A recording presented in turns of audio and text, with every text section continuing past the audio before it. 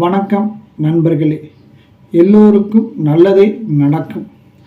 புலிப்பாணி சித்தர் தன்னோட நூலில் சொன்ன ரகசிய சூட்சம பரிகார குறிப்பு என்னன்னு பார்த்தா இந்த புத்திர தோஷ பரிகார குறிப்பு.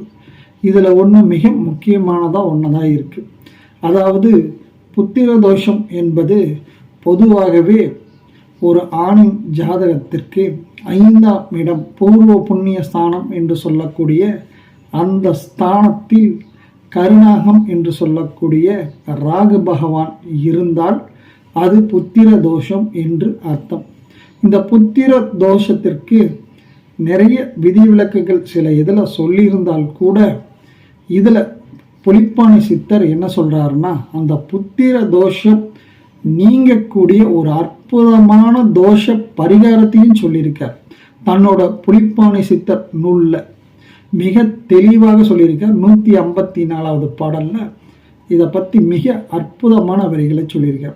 அவர் சொன்ன விஷயம் என்னன்னா, இந்த புத்திர தோஷம் உள்ள ஜாதகனின் மனைவி அரச மரத்தை சுற்றி கன்னியருக்கு உத்தம ஸ்தானம் செய்து வைத்தால் அவர்களுக்கு ஆயுள் உள்ள தீர்க்க ஆயுள் உள்ள புத்திர செல்வம் கிடைப்பதுடன் மிகுந்த செல்வ செழிப்புடன் இருக்கக்கூடிய ஒரு குழந்தை பாக்கியம் கிடைக்கும் அப்படிங்கிறது அந்த நூலில் மிக தெளிவாக அந்த விளக்கத்தை, இந்த புத்திர தோஷ பரிகார விளக்கத்தை சொல்லியிருக்கார்.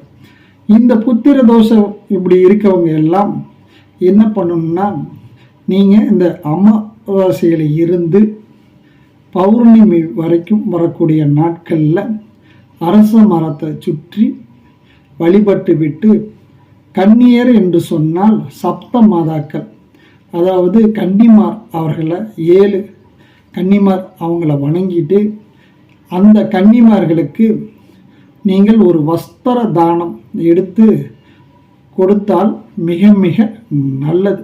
அப்படி செய்திகள் என்றால் உங்களுக்கு குழந்தை பாக்கியம் கிடைக்கும் என்பது ஐதீகமாக உள்ளது. இந்த அரச மரத்தை சுற்றுவது குறிப்பாக 7 முறை அப்படின்னு வச்சுக்கிட்டு நீங்கள் செஞ்சீங்கன்னா கண்டிப்பாக உங்களுக்கு புத்திர பாக்கியம் பிறக்கும். இது புலிப்பாணி சித்தர் தன்னோட நூலில் சொன்ன மிக அற்புதமான தோஷ பரிகாரம்.